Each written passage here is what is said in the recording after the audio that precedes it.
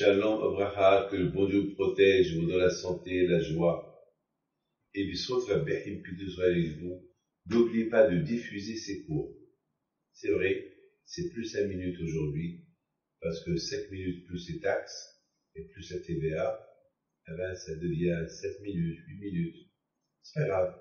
C'est la Torah. C'est le petit déjeuner du matin. Arizal Akadoshi dit que de la même façon que le corps ne peut pas vivre sans le manger, sans l'eau, alors, il dit à Arizal Kadosh, la Neshama, elle aussi, elle ne peut pas vivre sans la Torah et sans la Emouna. Alors aujourd'hui, je voudrais vous parler sur le Bitachon. Bitachon, c'est avoir l'espoir en Dieu. Betach be'ehad be'atif'an. Et espoir en lui, et n'aie pas peur. Et le Bitachon, celui qui a l'espoir en Dieu, l'espoir produit des miracles. Voilà, l'espoir produit des miracles. Et là, je vous raconte une belle histoire. Une belle histoire du Bitachon, l'espoir en Dieu. Et lorsque tu as l'espoir en Dieu, il y a le miracle qui arrive. Mes amis, lorsque je voulais construire une yeshiva au Mexique. Mais mes amis, c'est au Mexique. Vous savez, ils sont un peu, chaque communauté a sa synagogue. Et en plus, même si j'ouvre une synagogue à Beth-Midrash, c'est pas possible. Parce qu'il me faut un rabbin qui la surveille. Moi, je suis pas mexicain, j'habite pas au Mexique. Donc, j'avais un problème. Ça fait maintenant presque 30 ans que je vais au Mexique. Et il fallait que je trouve quelque chose. Comme ça, une fois j'ai rencontré quelqu'un, on a fait connaissance, et je lui ai fait une bracha, et on est devenus copains. Et une fois, il est parti avec sa femme acheter quelque chose, et voilà, il a laissé ses papiers et son argent sous son siège pour rentrer au magasin, grand supermarché, pour acheter là-bas des vélos pour ses enfants.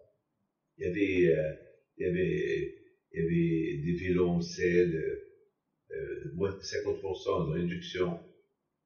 Il retourne, il voit que la voiture, quelqu'un a cassé la porte.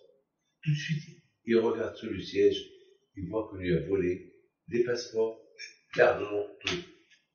C'est quelqu'un qui a dû voir, lorsqu'il est sorti du magasin, de la voiture, qu'il a mis sous le siège, il a caché quelque chose. Donc, il est venu, il a cassé la porte. Il était comme un fou. Et sa femme lui dit, bon, maintenant capara, ça y est, mais les passeports, et les papiers, et l'argent, il n'y avait pas beaucoup d'argent, et les passeports, comment on va faire? Il dit, moi je bouge pas là. Il se faudra faire une pinto.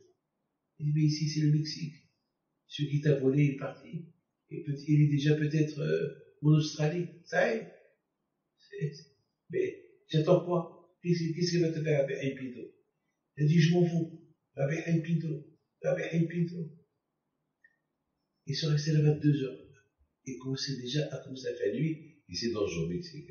Lorsqu'il commence à faire nuit, le matin, il commençait déjà à se vider. Et les gens commençaient à partir. Et les voitures et le parking commençaient à se vider. Et là, c'était vraiment un problème. Et lui, encore là, avec l'espoir, il y a le gardien qui arrive. Il lui dit, ça fait 4 heures que vous êtes là. Qu'est-ce qui se passe? Il lui dit, voilà. Il le regarde, il lui dit, mais vous croyez que celui qui vous a cassé la vitrine, il a volé votre sac, vous croyez qu'il est là depuis 4 heures? Il dit, mais j'ai les mouna, a fait, moi je crois en Dieu. Et je sais que le bon Dieu, il se rendra bien impido. Il dit quoi? Il se rendra bien impido. C'est l'histoire qu'il me raconte M. Curson. Le gardien, il le regarde. Il lui dit, tu crois tellement comme ça en Dieu? Oui. Alors tu attends là. Tu attends là. Quelques temps plus tard, il vient, une demi-heure plus tard, il vient avec le sac. Il y avait tout là-bas. M. Curson lui dit, comment? Il dit, le voleur, je le connais. Il travaille ici. Et c'est lui qui t'a volé. Il me l'a dit. Il devait me donner quelque chose de ce qu'il t'a volé. Alors j'ai vu comment tu crois en Dieu. Je ne pouvais pas participer indirectement à ce voleur. Donc je suis parti lui dire, c'est un ami à moi, que je le connais, c'est superstitieux. Je lui dis, ce monsieur à qui tu as volé, il a une grande émona en Dieu. Ne joue pas avec son Dieu. Rends-lui son portefeuille avec tout ce qu'il y a. Ne prends rien du tout. Sinon, moi-même, je te demande à la police. Il me l'a rendu. Et peut-être il lui dit, il manque $100. Lorsqu'il reçoit le sac, il dit à sa femme, tu as vu Rabbi Pinto, tu as vu la Emouna, elle produit des miracles. Il a donné quelque chose aux gardiens, ils sont partis. Comme si on ne protège jamais que la raison.